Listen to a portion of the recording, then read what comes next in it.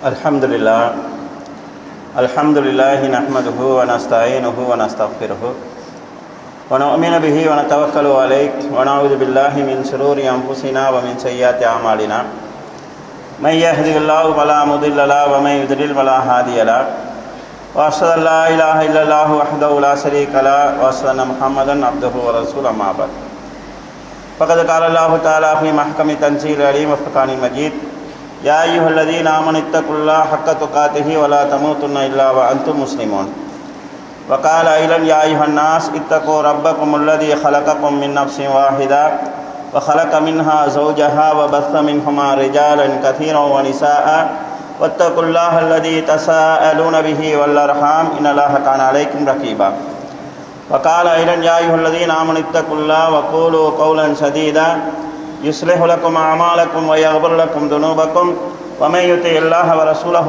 فقد فاز فوزا عظيما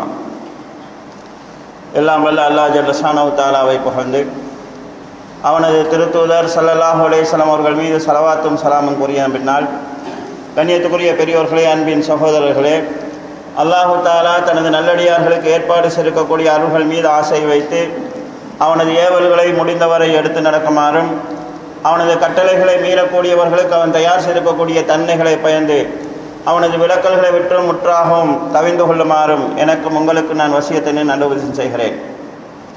அன்பின் சகோதரர்களே, புனித ரமலானுடைய கடைசி ஜும்மாவிலே நாம் இருக்கிறோம். இன்ஷா அல்லாஹ் இன்றுடனோ அல்லது நாளையுடனோ இந்த ரமலான் மாதம் முடிவடையலாம். இந்த சந்தர்ப்பத்தில் ரமலானுடைய இறுதியையும் பெருநாளையும் கவனத்தில் கொண்டு சில செய்திகளை சுருக்கமாக சுட்டிக்காட்டலாம் என்று நான் நினைக்கிறேன். முதலாவதாக நபி ஸல்லல்லாஹு அலைஹி வஸல்லம் அவர்கள் ஒரு முறை மிம்பரில் ஏறுகிற போது ஆமீன் ஆமீன் ஆமீன் என்று சொன்னார்கள். சஹாபாக்கள் காரணம் கேட்டபோது ஜிப்ரீல் அலைஹிஸ்ஸலாம் அவர்கள் 3 விதமான பதுவாக்கள் செய்ததாகவும் அதற்கு தான் ஆமீன் சொன்னதாகவும் சொன்னார்கள். அதில் ஒன்று, யார் ரமலான் மாதத்தை அடைந்தும் தான் செய்த பாவங்களுக்காக அல்லாஹ்விடத்திலே தௌபா செய்து தன்னை பரிசுத்தப்படுத்திக் கொள்ளவில்லையோ அவன் நாசமாக போகட்டும், அல்லாஹ்வுடைய அருளை விட்டும் தூரமாகி போகட்டும் என்று சொன்னார்கள். அதற்கு நான் ஆமீன் சொன்னேன் என்று நபி ஸல்லல்லாஹு அலைஹி வஸல்லம் சொல்கிறார்கள். இந்த வகையிலே ரமலான் மாதம் வந்தால் கட்டாயமாக ஒவ்வொருவரும் அவரவர் செய்த பெரும்பாவங்களிலிருந்து தௌபா செய்து தங்களை பரிசுத்தப்படுத்திக் கொள்ள வேண்டும். மீண்டும் அந்த பாவங்களில் மீளாதவாறு தங்களை திருத்திக் கொள்ள வேண்டும். யார் அப்படி திருத்திக் கொள்ளவில்லையோ, யார் அப்படி தௌபா செய்து கொள்ளவில்லையோ அவர்கள் அல்லாஹ்வுடைய தூதருடைய இந்த பதுவாவுக்கு, இந்த சாபத்துக்குரியவர்களாக மாறுகிறார்கள். எனவே கண்ணியத்துக்குரிய சகோதரர்களே, நாம் தௌபா செய்வதற்கும் எம்மை பரிசுத்தப்படுத்திக் கொள்வதற்கும் எமது கடந்த கால வாழ்க்கையை மாற்றி சரியான வழியிலே செல்வதற்கும் எமக்கு இருக்கக்கூடிய இந்த ரமலானுடைய கடைசி தினமாக இந்த நாள் இருக்கலாம்.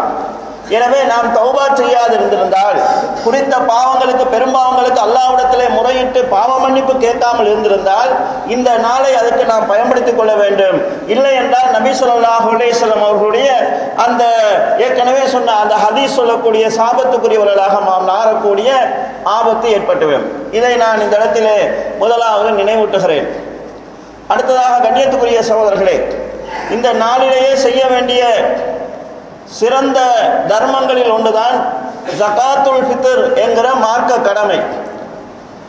இந்த ஜகாத்துல் ஃபித்ர் என்பதை நபி ஸல்லல்லாஹு அலைஹி வஸல்லம் அவர்கள் கட்டாய தர்மமாக வலியுறுத்தி இருக்கிறார்கள். இது 2 காரணங்களுக்காக வலியுறுத்தப்படுவதாக நபி ஸல்லல்லாஹு அலைஹி வஸல்லம் சொன்னார்கள். துஹுரத்தல் லிஸ்ஸாயிமி மினல் லக்வி வர் ரஃத். நோம்போடு இருக்கக்கூடிய ஒருவர் தான் நோம்போடு இருக்கின்ற போதே தன்னை அறிந்தோ அறியாமலோ வீணான கேளிக்கைகளில் ஈடுபட்டிருக்கலாம், தப்பான தவறான பேச்சுக்களில் ஈடுபட்டிருக்கலாம். அவரவர் நோம்பிலே விட்ட குறைகளுக்கு பரிகாரமாக அமைவதற்காக நபி ஸல்லல்லாஹு அலைஹி வஸல்லம் அவர்கள் இந்த ஜகாத்துல் ஃபித்ர் என்கிற கடமையை விதியாக்கி இருக்கிறார்கள். 2வது ஒரு காரணம் நபி ஸல்லல்லாஹு அலைஹி வஸல்லம் சொன்னார்கள், அது தோமத்தல் மசாக்கீன், ஏழைகளுக்கு உணவாக அமைய வேண்டும். இந்த 2 காரணங்களுக்காகவும் ஜகாத்துல் ஃபித்ர் என்கிற இந்த கடமை விதியாக்கப்பட்டிருக்கிறது.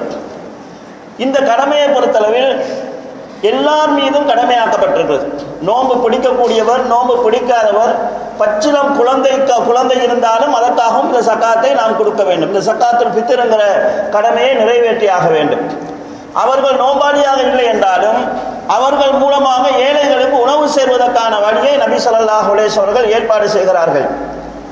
அடுத்தது கண்ணியத்துக்குரிய சகோதரர்களே, இதை யார் யாரெல்லாம் கொடுக்க வேண்டும் என்பதை நாம் புரிந்து கொள்ள வேண்டும். சில சகோதரர்கள் வசதி இல்லாதவர்களாக இருப்பார்கள், ஆனால் இந்த சக்காத்துல் ஃபித்ரை கொடுக்கக்கூடிய வசதி உள்ளவர்களாக இருப்பார்கள். அவர்கள் நாங்கள் தான் ஏழைகள், நாங்கள் எதுக்கு கொடுக்க வேண்டும் என்று இந்த சக்காத்துல் ஃபித்ரை விட்டு ஒதுங்கிக் கொள்ளலாம்.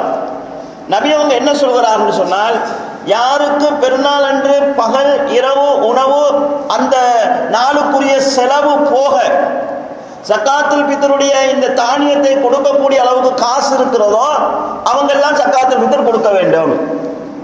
பெருநாள் செலவுக்கு போக மீதி பணம் இருக்குமாக இருந்தால் அவர் சக்காத்துல் ஃபித்ர் கொடுக்க வேண்டும் என்று வருகிற போது பெரும்பாலும் எல்லோரும் கொடுக்க வேண்டிய ஒரு நிலைக்கு நாம் ஆளாகுவோம்.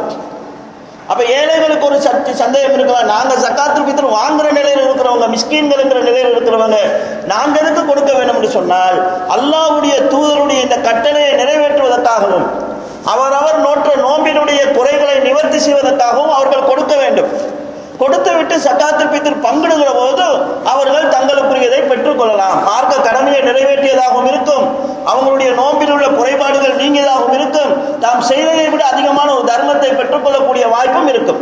எனவே ஏழைகளாக இருந்தாலும் பெருநாள் செலவு போக மீதி காசு இருக்கும் என்கிற நிலையிலே அந்த அளவுக்கு வருமானம் உள்ளவர்களாக, கையிலே பணம் உள்ளவர்களாக இருப்பார்கள் என்றால் கட்டாயமாக அவர்களும் இந்த சக்காத்துல் ஃபித்ர் கொடுத்தாக வேண்டும். அன்பின் சகோதரர்களே, அண்மை காலமாக இந்த இலங்கை நாட்டிலே புதிய ஒரு நடைமுறை உருவாகி வருகிறது. சாதாரணமாக அரிசியை மட்டும் கொடுத்தால் அவங்க கறி வாங்குற இல்லையா, அரிசியை மட்டும் சும்மா போட்டு சாப்பிடலாமா, அவங்களுக்கு கோழியோ இறைச்சோ ஏதாவது சேர்த்து கொடுத்தா தானே நல்லா இருக்கும் என்கிற அடிப்படையில் சக்காத்துல் ஃபித்ருக்காக பணம் திரட்டப்படுகிறது. பணத்தை திரட்டி அந்த பணத்திலிருந்து அரிசி, அதாவது கோழி அல்லது இறைச்சி, அதுக்குரிய தேவையான பொருட்கள் எல்லாம் வாங்கி கொடுக்கிறார்கள். இது ஏழைகளுக்கு ஒரு சந்தோஷமான நிகழ்ச்சியாக இருக்கலாம். ஆனால் சக்காத்துல் ஃபித்ரை எப்படி செய்ய வேண்டும் என்று நபி அவங்க சொன்னாங்களோ அந்த நிலைக்குரியது கிடையாது. இது நாம் நோம்புக்கு இப்படி செய்தால் ஹஜ்ஜு பெருநாளுக்கு உள்கையா கொடுக்கிற போது இறைச்ச மட்டும் கொடுத்தா சரி வருமா, இறைச்ச மட்டுமா சாப்பிடுவாங்க, அதுக்கு கொச்சிக்கா செலவு கொடுக்கறது இல்லையா, அதுக்கு அரிசி கொடுக்கறது இல்லையான்னு சொல்லி அதுலேயும் நம்ம சேர்க்க வேண்டிய ஒரு நிலை ஏற்படும். இந்த சக்காத்துல் ஃபித்ருங்கிறது மார்க்க கடமையாக நபி அவர்கள் சொல்லியிருக்கிற காரணத்தினால் அவர்களுடைய காலத்தில் உண்ணக்கூடிய தானியங்களை கொடுத்திருக்கிறார்கள். ரசூலுல்லாஹ் காலத்தில் மாவும் கொடுத்திருக்கிறாங்க. மாவை மட்டும் கொடுத்தா ரொட்டி சுட்டு சும்மா தின்னலாமா, கறி வாங்குற இல்லையான்னு சொல்லி யாருமே கறி சேர்த்து கொடுத்தது கிடையாது. யாராவது ஒருவர் ஏழைகளுக்கு மேலதிகமாக தர்மம் போய் சேர வேண்டும் என்று ஆசைப்பட்டால் சக்காத்துல் ஃபித்ருக்குரிய கணக்கை கணப்பிட்டு கொடுத்து விட்டு மேலதிக தர்மமாக வேண்டுமென்றால் செய்து கொள்ளலாம். அப்படி இல்லாமல் சக்காத்துல் ஃபித்ருக்குரிய காசு சேர்த்து அதில் அரிசியும் கறியும் வாங்கப்படுமாக இருந்தால் ரசூலுல்லாஹ் சொன்ன ஃபித்ராவுடைய அளவு குறைந்து நாங்க ஏற்பாடு செய்த கறியினுடைய செலவு கூடிக்கொண்டு போகும். அப்ப மார்க்கம் சொன்னது குறைந்து நாம் உருவாக்கியது கூடிக்கொண்டு போகக்கூடிய ஒரு ஆபத்து ஏற்படுகிறது. எனவே ஒன்றில் அதை நாம் தவிர்க்க வேண்டும். அப்படி இல்லை என்றால் சக்காத்துல் ஃபித்ருக்குரிய அரிசியை சேர்த்து விட்டு யாரும் விரும்பினால் மேலதிகமாக கோழியோ கறியோ வாங்கி கொடுக்கிறதா அவங்க விருப்பத்துக்கு செய்து கொள்ளலாம். இதை இந்த சக்காத்துல் ஃபித்ருக்குரிய வருமானத்தில் அதை எடுத்து சக்காத்துல் ஃபித்ருடைய தானியத்தை குறைக்க முடியாது. இதை நாம் கவனத்தில் கொள்ள வேண்டும். கேட்கறதுக்கு நல்லதாக தெரியும், கேட்கறதுக்கு நல்லதாக தெரிகிறது என்பதை வைத்து மார்க்க ரீதியான முடிவுகள் நாம் செய்ய முடியாது. உதாரணமாக நாங்கள் அதாவது ஹஜ்ஜு பெருநாளிலே தொழுகை முடிந்ததற்கு பிறகுதான் குர்பானியை அறுக்க வேண்டும். தொழுகை முடிவதற்கு முன்னால் யாராவது குர்பானியை அறுத்தார் என்றால், உல்கியாவை அறுத்தார் என்றால் அது அவருடைய வீட்டுக்கு சமைக்கிறதுக்கு அறுத்த மாடாக இருக்குமே தவிர உல்கியாவுடைய தர்மம் சேராது என்று ரசூலுல்லாஹ் ஸல்லல்லாஹு அலைஹி வஸல்லம் சொல்றாங்க. நாங்க சிந்திச்சு பார்த்தோம்னு சொன்னா மாட்டை அறுத்துட்டு குளிச்சுட்டு பள்ளிக்கு வர்றது நல்லமா, பள்ளிக்கு கிரவுண்ட்ல தொழுதுட்டு குளிச்சுட்டு புது உடுப்பெல்லாம் போட்டு அதுக்கு பிறகு அறுக்கிறது நல்லமான்னு கேட்டா மனசு என்ன சொல்லும்னா அறுத்துட்டு குளிச்சாதான் லேசுன்னு தான் சொல்லும். அதுதான் நல்லதா தெரியும். ஆனா அதை வச்சு நாங்க சட்டத்தை மாற்ற முடியாது. எனவே எங்களோட மனசு என்ன சொல்லுதோ, ஊர் மக்கள் என்ன விரும்புறாங்கிறத வச்சு மார்க்க சட்டம் தீர்மானம் செய்ய முடியாது. ஸகாத்துல் ஃபித்ருக்குரிய ஃபித்ரை பொறுத்தளவில் தானியங்கள், உண்ணக்கூடிய தானியங்களை கொடுத்திருக்கிறார்கள். அதுதான் நம்முடைய மீதுள்ள கடமை. அது அந்த முறையில மாற்றாம செய்யறது தான் சரியானது என்கிற அடிப்படையை நாம் புரிந்து கொள்ள வேண்டும். மூன்றாவது, கண்ணியத்துக்குரிய சகோதரர்களே, ஆரம்ப காலங்களிலே இந்த பெருநாள் தொழுகைகளை பள்ளிகளில் தான் தொழுது வந்தார்கள். எங்களுடைய ஜமாத்திலும் கூட பள்ளியிலே தொழப்பட்டிருக்கிறது. அப்படி தொழுகிற போது ஆண்களுக்கு ஒரு ஜமாத், பெண்களுக்கு ஒரு ஜமாத். சில நேரங்களுக்கு ஆண்களுக்கு இடம் போதாது, லேட் ஆகிற காரணத்தினால் ஆண்களுக்கே 2-3 முறை தொழுகிறது, பெண்களுக்கே 2-3 முறை தொழுகிறது. இந்த மாதிரியான சூழ்நிலையெல்லாம் இருந்தது. இந்த பெருநாள் தொழுகையை பொறுத்தளவில் திறந்த ஒரு வெளியில் தான் நபி ஸல்லல்லாஹு அலைஹி வஸல்லம் தொழுதிருக்கிறார்கள். மதீனாவிலே முஸல்லா என்று சொல்லி மஸ்ஜித் நபவிக்கு பக்கத்தில் ஒரு இடம் இருந்தது. அங்குதான் பெருநாள் தொழுகைக்காக நபி ஸல்லல்லாஹு அலைஹி வஸல்லம் வருவார்கள். மக்காவை பொறுத்தளவில் கஅபாவிலேயே பெருநாள் தொழுகை அன்றிலிருந்து இன்று வரைக்கும் தொழப்படுகிறது. பொதுவாக நபி ஸல்லல்லாஹு அலைஹி வஸல்லம் வாழ்க்கையில் ஒரு முறை கூட அவர்கள் பள்ளியிலே பெருநாள் தொழுகை தொழுதது கிடையாது. மழை காரணமாக ஒரு முறை தொழுததாக வரக்கூடிய ஒரு செய்தி இருக்கிறது. அதுவும் லைவானது. ஏதாவது நிர்பந்தங்கள் இருந்தால், வெளியிலே தொழ முடியாத நிர்பந்தங்கள் இருந்தால் பள்ளியிலே தொழலாம். இந்த வெளியிலே தொழுவதில் இருக்கக்கூடிய நன்மை என்ன, அதனால் அது எதற்காக ஏற்பாடு செய்யப்பட்டிருக்கிறது என்கிற உண்மையை நாம் விளங்கிக் கொள்ள வேண்டும். ஏனால் மற்ற சகோதரர்களுக்கு சொல்வதற்கு நமக்கு தேவையாக இருக்கிறது. முதலாவதாக, பள்ளிக்குள் நாம் வந்தோம் என்றால் அமர்வதற்கு முன்னால் 2 ரகாயத்தை சுன்னத்தை தொழ வேண்டும், தஹியத்துல் மஸ்ஜித். ஆனால் பெருநாள் தொழுகைக்கு நபி ஸல்லல்லாஹு அலைஹி வஸல்லம் என்ன சொல்கிறார்கள் என்றால், பெருநாள் தொழுகைக்கு முன்னாலோ பின்னாலோ சுன்னத்து தொழுகை கிடையாது, பாங்கோ இகாமத்தோ கிடையாது என்று ரசூல் ஸல்லல்லாஹு அலைஹி வஸல்லம் சொல்றாங்க. அப்ப பெருநாள் தொழுகைக்கு பள்ளியில தொலை வைக்கப்படுமாக இருந்தால் வந்தவங்க இல்லாத ஒரு சுன்னத்தை தொழ வேண்டிய ஒரு நிலை ஏற்படும். நிர்பந்தம் காரணமாக அப்படி வந்தால் நாங்கள் செய்து கொள்ளலாம், பிரச்சனை இல்லை. ஆனால் நாங்கள் தேவையில்லாமல் ஒரு விஷயத்தை உருவாக்கக்கூடிய ஒரு சூழல் ஏற்படுகிறது. இரண்டாவது, நபி ஸல்லல்லாஹு அலைஹி வஸல்லம் அவர்கள் பெருநாள் தொழுகைக்கு அழைப்பு விடுகிற போது பெண்களையும் வர சொன்னார்கள், கன்னி பெண்களையும் வர சொன்னார்கள். மாதத்தீட்டு பிரசவத்தீட்டு என்கிற நிலையில் தொழ முடியாமல் இருக்கக்கூடிய பெண்களையும் நபி ஸல்லல்லாஹு அலைஹி வஸல்லம் அவர்கள் அந்த தொழுவிக்கக்கூடிய மைதானத்துக்கு வர சொன்னார்கள்.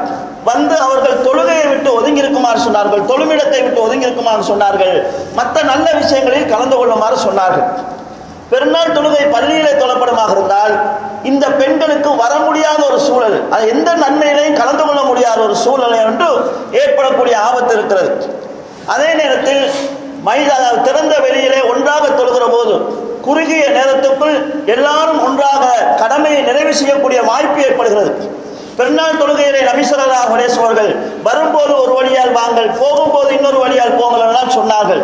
காரணம் என்னவென்றால், முஸ்லிம்களுடைய எண்ணிக்கையை அந்நியர்கள் பார்க்க வேண்டும், பெருந்தொகையாக முஸ்லிம்கள் இருக்கிறார்கள் என்கிற ஒரு காட்சி கொடுக்கப்பட வேண்டும் என்கிற அடிப்படையில் சொல்கிறார்கள்.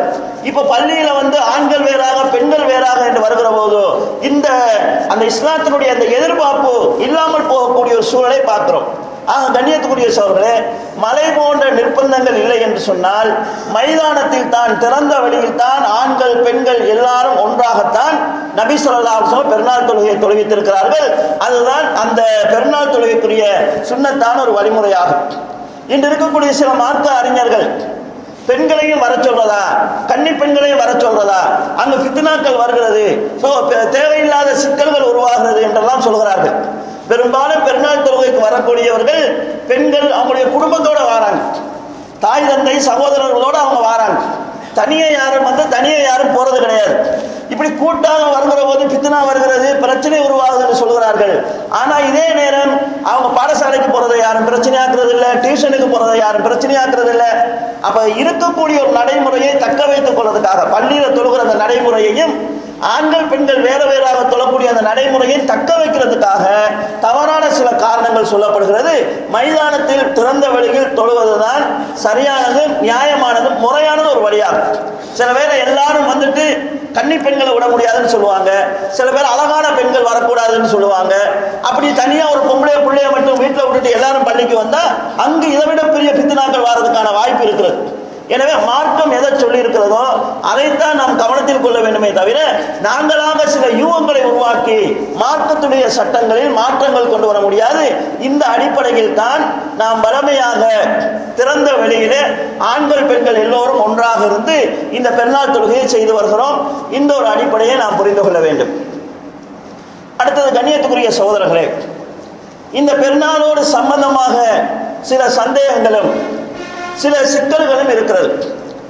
இந்த பெருநாள் தினத்திலே ஒருவர் இன்னொருவரை சந்திக்கிற போது வாழ்த்து சொல்லக்கூடிய ஒரு நடைமுறை இருக்கிறது.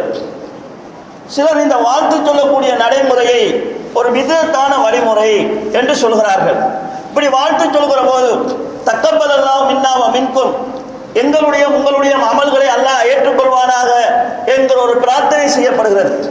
இந்த பிரார்த்தனையை ரசூல் ஸல்லல்லாஹு அலைஹி வஸல்லம் நேரடியாக சொன்னதற்கான ஆதாரங்கள் கிடையாது.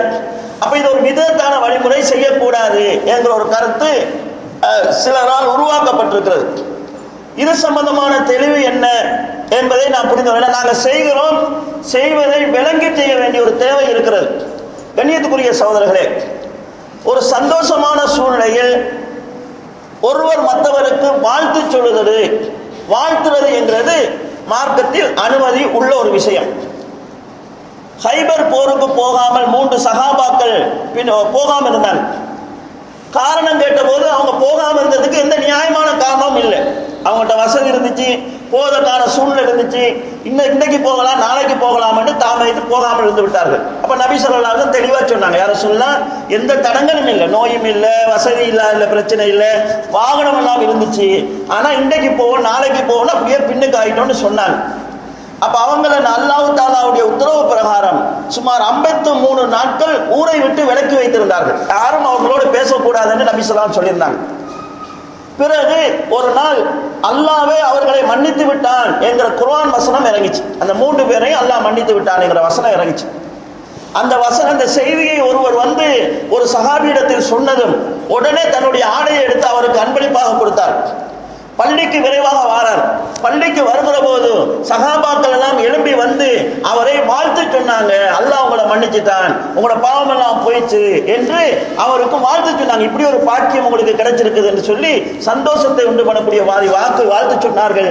ரசூல் ஸல்லல்லாஹு அலைஹி வஸல்லம் அதை பார்த்து கொண்டிருந்தாங்க. அப்ப வாழ்த்து சொல்லுதல் என்கிறது மார்க்கத்தில் உள்ளது. வாழ்த்து சொல்லக்கூடிய வார்த்தைகள் பிழையாக இருக்கக்கூடாது. சில பேர் வாழ்த்து சொல்ற அந்த பேர்ல சின்ன பிள்ளைய வாழ்த்துற நேரத்தில் பல்லாண்டு காலம் வாழ வேண்டும், நீடித்த காலம் வாழ வேண்டும் எல்லாம் சொல்லுவாங்க. இதெல்லாம் வாழ்த்தாக சொல்ல முடியாது.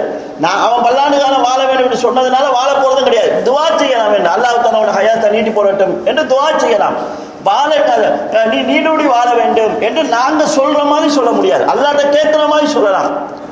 அப்ப இந்த வாழ்த்து சொல்லுதல்ங்கிறது இருக்குது. பெருநாள் தினத்தை பொறுத்தளவில் தாபி ஒருவர், சஹாபியை கண்ணால் கண்ட ஒருவர் சொல்கிறார், நான் சஹாபாக்களில் பலரை சந்தித்திருக்கிறேன். பெருநாள் தினத்தில் அவர்கள் ஒருவரை ஒருவர் சந்திக்கிற போது சலாம் சொல்லி தக்கப்பலல்லாஹு மின்னா வ மின்கும், எங்களுடைய உங்களுடைய அமல்களை அல்லாஹ் அங்கீகரிப்பானாக என்று ஒருவருக்கு ஒருவர் வாழ்த்து சொல்லும் முகமாக துஆ செய்வார்கள் என்று சொல்கிறார்கள். இது ஆதாரபூர்வமான அறிவிப்பாளர் வரிசைகளோடு வந்திருக்குது. சிலர் இது சஹாபாக்களுடைய நடைமுறை, நாம் ஏற்றுக்கொள்ள முடியாது என்கிற அடிப்படையில் மறுத்துட்டு போகலாம். அப்படி மறுக்கக்கூடியவர்கள் இருக்கிறார்கள். நாம் என்ன சொல்கிறோம் சொன்னால், வாழ்த்து சொல்லுதல் என்கிறது மார்க்கத்தில் அனுமதிக்கப்பட்டிருக்கிறது. அதற்கான வாசகம் இதுதான் என்று நேரடியாக குர்ஆனிலோ சுன்னாவிலோ வரவில்லை. சஹாபாக்கள் இந்த வார்த்தையை சொல்லியிருக்கிறார்கள். எனவே இந்த வார்த்தையை சொல்லி நம்ம வாழ்த்தலாம். இது அல்லாத நல்ல வார்த்தைகளை சொல்லி வாழ்த்தலாம். இந்த வார்த்தையை சொல்லித்தான் வாழ்த்த வேண்டும், இந்த வார்த்தை தான் அந்த துஆவுக்குரிய வாசகம் என்று நாம் நினைத்தோம் என்றால் தப்பாகும். இந்த வார்த்தையும் சொல்லலாம், இது அல்லாத வார்த்தையும் சொல்லலாம். இந்த வார்த்தை சொல்லுகிற போது ஒரு பிரச்சனையை உண்டாக்குறாங்க. என்னன்னு சொன்னா, சொல்லுகிற மக்கள் இப்படித்தான் சொல்ல வேண்டும், இது ரசூலுல்லாஹ் கற்றுத்தந்த துஆ என்கிற மாதிரி நினைச்சு சொல்றாங்க, அதனால இது பிதஅத் ஆகுது, எனவே வேற வார்த்தையில் சொல்ல வேண்டும் என்று சிலர் சொல்றாங்க. கண்ணியத்துக்குரிய சோழர்களே, அது சொல்கிறவருடைய எண்ணத்தையும் நியத்தையும் பொறுத்து இருக்குது. தொப்பி போடுவதை சிலர் மார்க்கம் என்று போதிக்கிறார்கள், போதாதவங்களை கண்டிக்கிறாங்க. தொழுவதும் போதும் தொப்பி போட்டுத்தான் தொழ வேணும்னு சொல்றாங்க. நாம போடக்கூடிய தொப்பிக்கு சில அமைப்பு இருக்குது. நம்ம பள்ளிக்கு வர நேரம் போடுற தொப்பிக்கு, கடலுக்கு மீன் பிடிக்க போற நேரம் போடுற தொப்பியை யாரும் போட்டு வர மாட்டாங்க. அல்லது போலீஸ்காரங்களோ அந்த ஆமிக்காரனோ போடுற தொப்பியை போட்டு வர மாட்டாங்க. நம்ம இதுக்கிட்ட ஒரு தொப்பி அமைப்பு இருக்குது. அப்ப யாராவது தொப்பி இப்படித்தான் போடணும் அல்லது தொப்பி போட வேண்டும் என்று மார்க்கத்துல இருக்குதுன்னு நினைச்சு செய்யறாங்க. தொப்பி போடுறது விதத்துன்னு யாரும் சொல்றது கிடையாது. இப்படி சொல்றவங்களே தொப்பியை போட செய்யறாங்க. எனவே செய்யறவருடைய எண்ணம் நோக்கத்தை பொறுத்து தான் அங்கு தீர்ப்பு சொல்லப்பட வேண்டுமே தவிர இந்த வார்த்தையை பொறுத்தளவு சஹாபாக்கள் பாவித்திருக்கிறாங்க. அதனால நம்ம இந்த வார்த்தையும் சொல்லலாம், இது அல்லாத வார்த்தையை நாம் சொல்லலாம். இமாம் இப்னு தைமியா ரஹ்மத்துல்லாஹி அவர்களும் இதே செய்தியை சொல்கிறார்கள். இமாம் அஹ்மத் இப்னு ஹம்பல் ரஹ்மத்துல்லாஹி அவங்க சொல்கிற போது இந்த வார்த்தையை சொல்லி இருக்கிறாங்க. என்னை பொறுத்தளவில் அவங்க சொல்றாங்க, நான் யாருக்கும் வாழ்த்து சொல்ல ஆரம்பிக்க மாட்டேன். யாராவது வாழ்த்து சொன்னால் அவங்களுக்கு நான் பதில் சொல்வேன் என்று சொல்றாங்க. இமாம் மாலிக் ரஹ்மத்துல்லாஹி அலைஹி அவங்க, நான் ஏதாவது இதை தடுக்கவும் மாட்டேன், நீங்க வாழ்த்து சொல்லுங்கள் என்று பிரச்சாரம் செய்ய மாட்டேன், தடுக்க மாட்டேன் என்று சொல்லி சொன்னா இது ஒரு நல்ல விஷயம். அதாவது ஒரு துவா என்கிறது நல்லது, ஒருவருக்கு செய்யக்கூடிய துவா. நான் இதை செய்யுங்கன்னு சொல்ல மாட்டேன். ஏன்னு சொன்னா ரசூலுல்லாஹ் இப்படி வாழ்த்து சொன்னார்கள் என்பதை நான் படிக்கல, அதனால செய்யுங்கன்னு சொல்லவும் மாட்டேன், செய்ய வேண்டாம் என்று நான் தடுக்கவும் மாட்டேன் என்று சொல்றாங்க. அந்த நிலையில உள்ள ஒரு விஷயம்தான் இது செய்வது பித்அத் என்கிற ஒரு தவறான கருத்து பரப்பப்படுகிறது. அது தவறு என்கிறதுக்காக இந்த செய்தியை சொல்கிறேன். அடுத்தது கண்ணியத்துக்குரிய சகோதரர்களே, இந்த பெருநாள் தினத்தில் தக்பீர் சொல்லப்படுகிறது. இந்த தக்பீரை சத்தமாக சொல்லலாமா சொல்லக்கூடாதா என்கிற பிரச்சனையும் புதுசாக உருவாகி இருக்கிறது. தக்பீர் சத்தமாக சொல்கிறார்கள் என்பதற்காகவே பெருநாள் தொழுகையை புறக்கணிக்கக்கூடிய அளவுக்கு அந்த மார்க்கத்தை பற்றிய தெளிவில்லாத சில சகோதரர்கள் இருக்கிறார்கள். தக்பீரை பொறுத்தளவில் சஹாபாக்கள் சத்தமாக சொல்லியிருக்கிறார்கள் என்றதற்கான ஆதாரங்களை நாம் ஹதீஸ்களிலே பார்க்கிறோம். ஸஹீஹுல் புகாரியிலே உம்மு அத்தியா ரலியல்லாஹு அன்ஹா அவர்கள் அறிவிக்கக்கூடிய பெருநாள் சம்பந்தமான ஹதீஸிலே சொல்கிறார்கள், நபி ஸல்லல்லாஹு அலைஹி வஸல்லம் அவர்கள் பெருநாள் தொழுகைக்கு எங்களை வருமாறு ஏவினார்கள். பெண்களையும் கன்னி பெண்களையும் மாதத்தீட்டு பிரசவத்தீட்டுள்ள பெண்களையும் பள்ளிக்கு வருமாறு ஏவினார்கள். வயுக்கபிர்ன, அவங்க வந்து பெண்கள் ஆண்களுக்கு பின்னால் நிற்பார்கள். வயுக்கபிர்ன பி தக்பீரிஹிம், ஆண்கள் என்ன தக்பீரை சொல்கிறார்களோ அதே தக்பீரை பின்னால் இருக்கக்கூடிய பெண்களும் சொல்லுவார்கள் என்று ஸஹீஹுல் புகாரியிலே பதிவாக இருக்கிறது. அப்ப பெருநாள் தினத்தில் தக்பீர் சொல்லப்பட்டிருக்கிறது. இதையும் கூட சிலர் சஹாபாக்கள் சொன்னாங்க என்று தானே வருகிறது என்ற அடிப்படையிலே நிராகரிக்கலாம். இது பெருநாள் தினம் என்கிறது ஒரு ஆள் செய்கிற விஷயம் கிடையாது, எல்லாரும் கூட்டாக செய்யக்கூடிய விஷயம். இப்படி சொல்வது பிழையாக இருந்தால் அவ்வளவு சஹாபாக்களும் அதை பார்த்துட்டு சும்மா இருந்திருக்க மாட்டாங்க, இல்லைன்னா கண்டிச்சிருப்பாங்க. அப்ப சஹாபாக்கள் அந்த தக்பீர் சொல்கிற போது பின்னால் இருந்து பெண்களும் அந்த தக்பீரை சொல்லி இருக்கிறாங்க என்று வருகிற போது இது சஹாபாக்கள் எல்லாரும் அறிந்த ஒரு விஷயமாக இருந்திருக்குது, எனவேதான் அவங்க செஞ்சிருக்கிறாங்க, இதற்கு எதிராக யாரும் பேசல என்ற ஒரு அடிப்படையை நாம் புரிந்து கொள்ள வேண்டும். அடுத்தது இந்த தக்பீருடைய வாசகம் என்ன என்கிற விஷயமும் ஒரு பிரச்சனையாக இருக்கிறது. அல் குர்ஆனிலே அல்லாஹ் தஆலா வலி துக்கபீருல்லாஹ அலாமா ஹதாக்கும், அல்லாஹ் உங்களுக்கு நேர்வழி காட்டியதற்காக அல்லாஹ்வை நீங்கள் தக்பீர் செய்யுங்கள் என்று அல்லாஹ் தஆலா சொல்கிறான். தக்பீர் என்ற இந்த வாசகத்தினுடைய நேரடியான பொருள் அல்லாஹு அக்பர் என்று சொல்வதுதான்.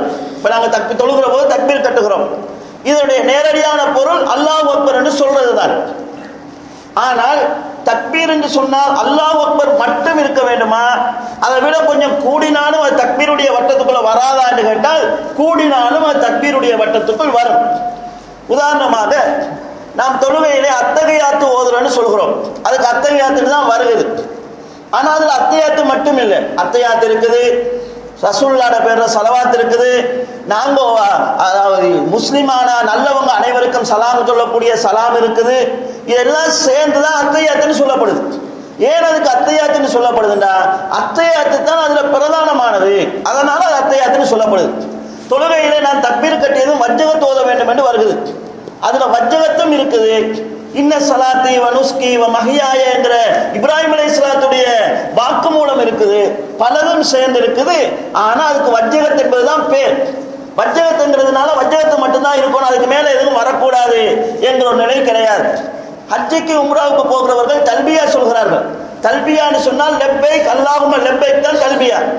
ஆனா லா ஷரீக லக் இதெல்லாம் தல்பியாவுடைய வாசகத்துக்குரியது கிடையாது. அந்த வாசகத்துக்கு ஒட்டுமொத்தமா தல்பியான்னு ஏன் சொல்லப்படுதுன்னா அதுல தல்பியா தான் முக்கியமானது.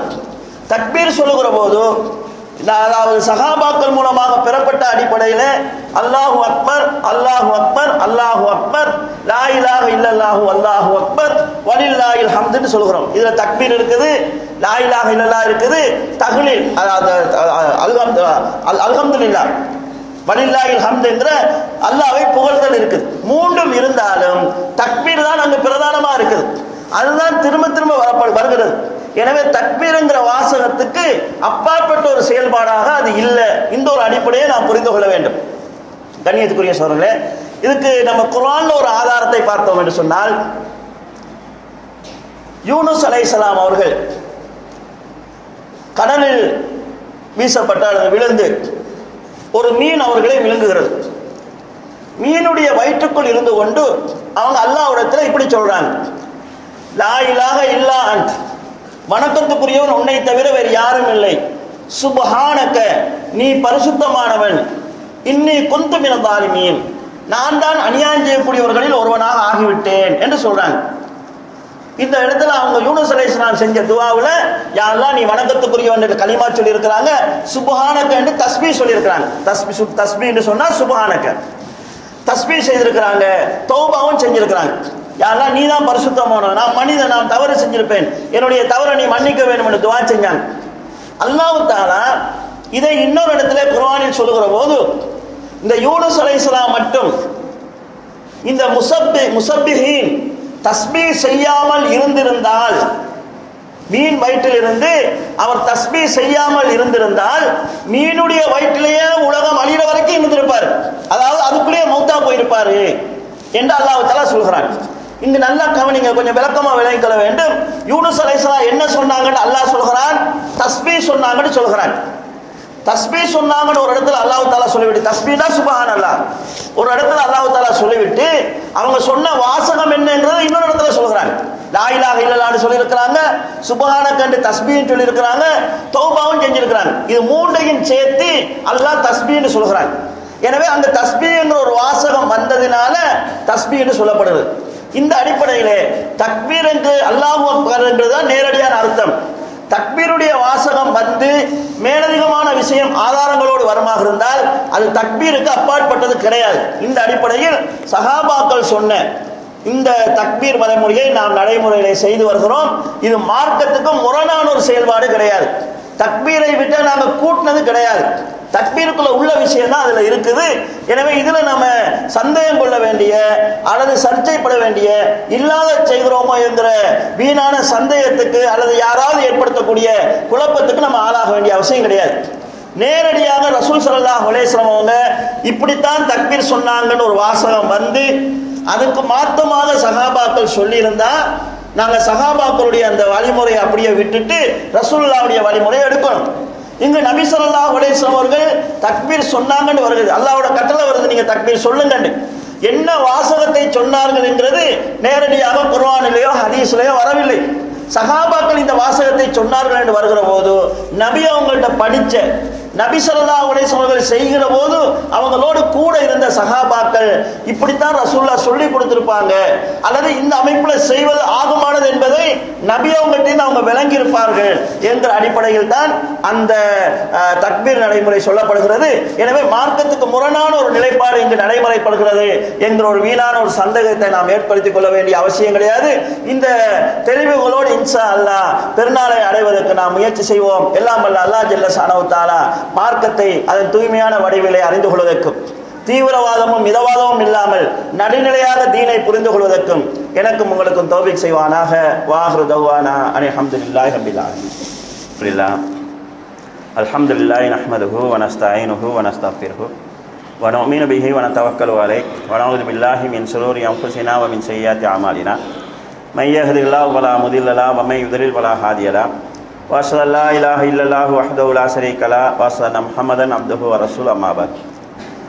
அல்லாஹும்ம ஸல்லி அலா முஹம்மதி வ அலா ஆலி முஹம்மத் கமா ஸல்லைத அலா இப்ராஹீம வ அலா ஆலி இப்ராஹீம் இன்னக ஹமீதும் மஜீத். அல்லாஹும்ம பாரிக் அலா முஹம்மதி வ அலா ஆலி முஹம்மத் கமா பாரக்த அலா இப்ராஹீம வ அலா ஆலி இப்ராஹீம் இன்னக ஹமீதும் மஜீத். கண்ணியத்துக்குரிய சகோதரர்களே, பெருநாள் தொழுகையோடு சம்பந்தமாக இன்னொரு சந்தேகம் பொதுமக்களிடத்தில் இருக்கிறது. ஒரு சில பேருக்கு அதில் தொடர்ச்சியான சந்தேகம் இருந்து வருகிறது. அதுதான், நாம் பெருநாள் தொழுகிற போது அல்லது மையத்தை ஜனாசா தொழுகை தொழுகிற போது நிலையில் இருக்கிற போது மேலதிகமான தக்பீர்கள் சொல்லப்படுகிறது. இந்த மேலதிகமான தக்பீர்களுக்கு கையை உயர்த்தி கட்டுவதா அல்லது அப்படியே இருந்த நிலையிலே தக்பீர் சொல்வதா, வாயால் தக்பீர் என்று மட்டும் சொல்வதா என்கிற ஒரு சந்தேகம் இருக்கிறது.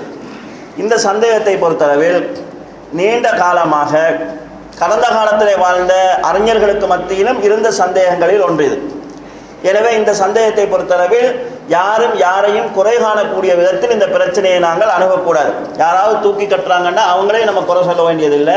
யாரும் தூக்கி கட்டாமல் வெறுமனே தக்பீரை சொல்கிறார்கள் சொல்லி சொன்னால் அதையும் நாம் குறை காண வேண்டிய அவசியம் கிடையாது.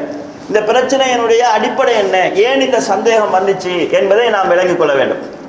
அதாவது நபி ஸல்லல்லாஹு அலைஹி வஸல்லம் அவர்கள் இந்த பெருநாள் தொழுகிற போது அல்லது இந்த ஜனாசா தொழுகையின் போது மேலதிகமான தக்பீர்களுக்கு கையை தூக்கி கட்டுவார்கள் என்றும் ஒரு செய்தி இருக்குது.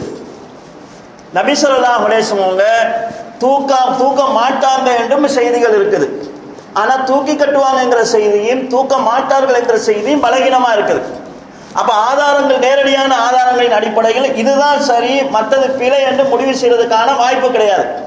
இப்போ தூக்கி கட்டுறதா சும்மா விடுறதா என்கிறதை வேறு வேறு கோணங்களிலே சிந்திக்கிறார்கள். ஒன்று என்னென்னு சொல்லி சொன்னால், தொழுகையிலே நாம் தக்பீர் சொல்லுகிற போது ஏதாவது ஒரு அசைவுக்காகத்தான் தக்பீர் சொல்கிறோம். ருக்கு போகும்போது தக்பீர் சொல்கிறோம், ருக்குவிலிருந்து வரும்போது தக்பீர் சொல்கிறோம், சுஜூதுக்கு போகிற போது தக்பீர் சொல்கிறோம், சுஜூதிலிருந்து வருகிற போது தக்பீர் சொல்கிறோம். ஏதாவது ஒரு அசைவு இருக்குது. ஆனால் நிலையில நிற்கிற போது நாம் தக்பீர் சொல்கிற போது எந்த அசைவும் இல்லை.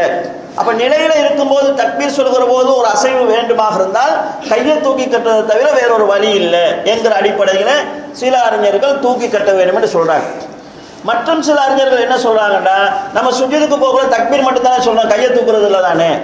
அதாவது சுஜூதிலிருந்து எழும்பும் போது தக்பீர் மட்டும் தானே சொல்கிறோம், கையை தூக்குறது இல்லை தானே. எனவே தக்பீர் என்றால் கையை தூக்க வேண்டிய அவசியம் இல்லை என்கிற காரணத்தை சொல்லி தூக்க தேவையில்லை என்கிறத சொல்றாங்க. அடுத்தது ஒரு ஆதாரம் காட்டப்படுகிறது. அந்த ஆதாரத்தையும் புரிந்து கொள்வதில் ஒரு சிக்கல் இருக்கிறது. என்னன்னு கேட்டால், சஹீஹான அறிவிப்பில் இப்னு மாஜா, சுனன் அபூ தாவூத் போன்ற கிரந்தங்கள் ஒரு செய்தி வருகிறது. நபி ஸல்லல்லாஹு அலைஹி வஸல்லம் அவர்கள் தங்களுடைய 2 கைகளையும் ஃபீ குல்லி தக்பீரத்தின் யுகப்பிருஹா கப்ல ருக்கு, ருக்குவுக்கு முன்னால் சொல்லக்கூடிய எல்லா தக்பீர்களின் போதும் கையை தூக்குவாங்க என்று வருகிறது. ருக்குவுக்கு முன்னால செய்யக்கூடிய எல்லா தக்பீர்களிலும் கையை தூக்குவார்கள் என்று நேரடியாக ஹதீஸ் வருது. ஆனா இந்த ஹதீஸுடைய முன்பகுதி எப்படி வருதுன்னு சொன்னா, நீங்க தொலை வந்தீங்கன்னு சொன்னா கையை தூக்கி காது சினை வரைக்கும் தூக்கி கட்டுங்க, ருக்குவுக்கு போகிற போது தூக்கி கட்டுங்க, சுஜூதிலிருந்து 2வது தேதியில் எழுப்பும் போது தூக்கி கட்டுங்க என்று சொல்லிட்டு நபி ஸல்லல்லாஹு அலைஹி வஸல்லம் அவர்கள் ருக்குவுக்கு முன்னால் செய்யக்கூடிய எல்லா தக்பீர்களிலும் கையை தூக்கி கட்டுவாங்க என்று வருகிறது. இப்போ இந்த ஹதீஸை சிலர் எடுத்துக்கொள்றாங்க, பெருநாள் தொழுகையிலே ருக்குவுக்கு முன்னால் தான் தக்பீர் சொல்கிறோம்.